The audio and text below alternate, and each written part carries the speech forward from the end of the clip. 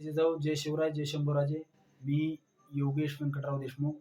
मी गेल्या अनेक वर्षापासून सामाजिक क्षेत्रामध्ये, सामाजिक चळवळीमध्ये काम करतो. मी संभाजी सेना या संघटनेचा जिल्हाध्यक्ष म्हणून काम करतोय. मी अनेक वर्षापासून मराठा आरक्षणावर काम केलेलं आहे लढ्यामध्ये. मी शेतकऱ्यांच्या प्रश्नासाठी वेळप्रसंगी आंदोलन केलेले आहेत. विद्यार्थ्यांच्या प्रश्नासाठी आंदोलन केलेले आहेत. निराधारच्या पगारी संदर्भात आंदोलन केलेले आहेत.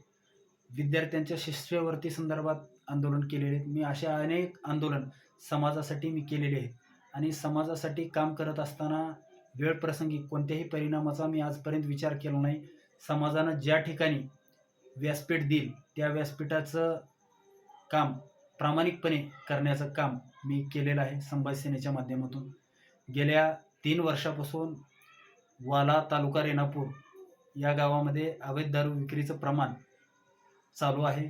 ते कुठंतरी थांबलं पाहिजे यासाठी पोलीस प्रशासनाला मी वेळोवेळी पाठपुरावा करत आलेलो आहे. तो पाठपुरावा केल्याच्या नंतर पोलीस प्रशासनाने देखील अवैध दारूच्या विक्री संदर्भात पाठपुरावा केल्यानंतर त्या ठिकाणी कारवाई देखील केलेली आहे. पण कारवाई करत असताना ठोस अशी कोणती कारवाई झाली नसल्यामुळे त्या ठिकाणचा अवैध दारू विक्री करणारे पुन्हा दुसऱ्या दिवशी त्याच जोमाने अवैध दारू विक्री करण्याचं काम त्यांचं आज रोजी पण चालूच आहे.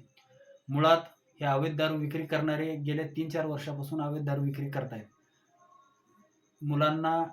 तरुण मुलांना व्यसनाच्या आहारी लावणे, त्यांना दारू देणे, दारू दिल्याच्या नंतर त्याच्यातून जो पैसा येईल तो पैसा 20 रुपये टक्क्याने 30 रुपये टक्क्याने त्यांना देणे, त्यांना दिल्याच्या नंतर त्यांना कर्जबाजारी करणे, कर्जबाजारी केल्याच्या नंतर त्यांच्या प्रॉपर्टी लिहून घेणे आणि प्रॉपर्टी लिहून घेतल्याच्या नंतर त्यांच्यावर कब्जे करणे इतर गुंड लोकांच्या मार्फत.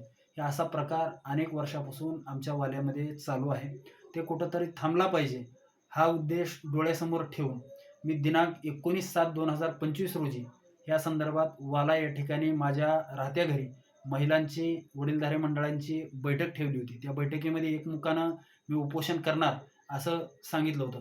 पण ही बातमी संबंधित अवैध दारू विक्रेत्यांना कळाल्यामुळे त्यांनी माझ्यावर त्या प्रसंगी हल्ला केला होता. पण त्या प्रसंगी देखील मी पोलीस प्रशासनाला ही गोष्ट सांगितल्यामुळं पोलीस प्रशासनानं ठोस अशी कारवाई केली नाही. पण तटपुंजी कारवाई करून ते कुठंतरी विषय संपवण्याचा प्रयत्न केला. पण तो विषय मुळात संपलेला नाही. त्यानंतरही लातूर ग्रामीण मतदारसंघामध्ये आमदारांचा जनता दरबार हा कार्यक्रम नियोजित होता आमदारांचा. त्या कार्यक्रमामध्ये आमच्या गावातल्या महिला व वडीलधारी मंडळी त्या कार्यक्रमाला गेल्या होत्या. त्या गेल्याच्या नंतर त्यांनी सविस्तर अशी व्यथा वाला येथील अवैध दारू संदर्भात त्यांनी सांगितली. त्यावेळेस पोलीस प्रशासन आणि प्रशासनातील काही वरिष्ठ अधिकाऱ्यांना बोलवून घेऊन त्या ठिकाणी आमदारांनी खडसावून सांगितलं ही दारू कुठेतरी बंद झाली पाहिजे. त्यावेळेस खडसावून सांगितल्याच्या नंतर 1 दिवसापुरतं प्रशासनाने ठोस अशी कारवाई केली. पण लागलीच दुसऱ्या दिवशी ती दारू पुन्हा सुरू झाली. पण आता कुठंतरी निर्णायक टप्प्यावर आंदोलन करणं गरजेचं आहे आणि ज्या ठिकाणी 3-4 वर्षापासून गाव जे विकासाच्या प्रवाहामध्ये राहिला पाहिजे, ज्या ठिकाणी युवक वर्ग कुठंतरी शिकले पाहिजे, घडले पाहिजे, हा प्रकार न होता हा आमच्या गावामध्ये 3-4 वर्षापासून हा वेगळा प्रकार पायंडा चालू आहे. ते कुठंतरी थांबला पाहिजे ह्या उद्देशाने मी दिनांक 4/9/2025 रोजी प्रशासनाला निवेदन देऊन मी दिनांक 8/5/2025 रोजी 8/9/2025 रोजी मी आमरण उपोषणाला बसणार आहे असं कळवलेलं आहे.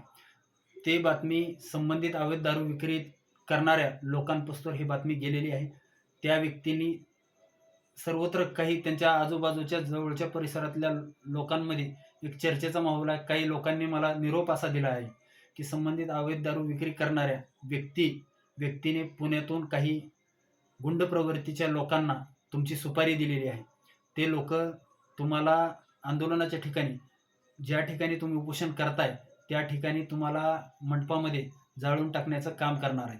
मी प्रथमतः सांगू इच्छितो की ज्या ठिकाणी मी छत्रपती शिवाजी महाराज चौक, ज्या छत्रपती शिवाजी महाराजांनी स्वराज्य निर्माण केलं त्या छत्रपती शिवाजी महाराजांना नतमस्तक होऊन मी उपोषणाला सुरुवात करणार आहे. आणि त्या ठिकाणी कोणताही परिणाम झाला तर त्या परिणामाला विचार मी करणार नाही. जोपर्यंत अवैध दारू बंद होणार नाही, तोपर्यंत माझं उपोषण संपणार नाही. ज्या ठिकाणी मंडपामध्ये मी बसेल, त्या मंडपाला जरी पेटवून जरी दिलं, स्वतः माझी राख जरी झाली, तर मी ह्या आंदोलनामधून माघार घेणार नाही. एवढं मी माझ्या निश्चयावर ठाम आहे.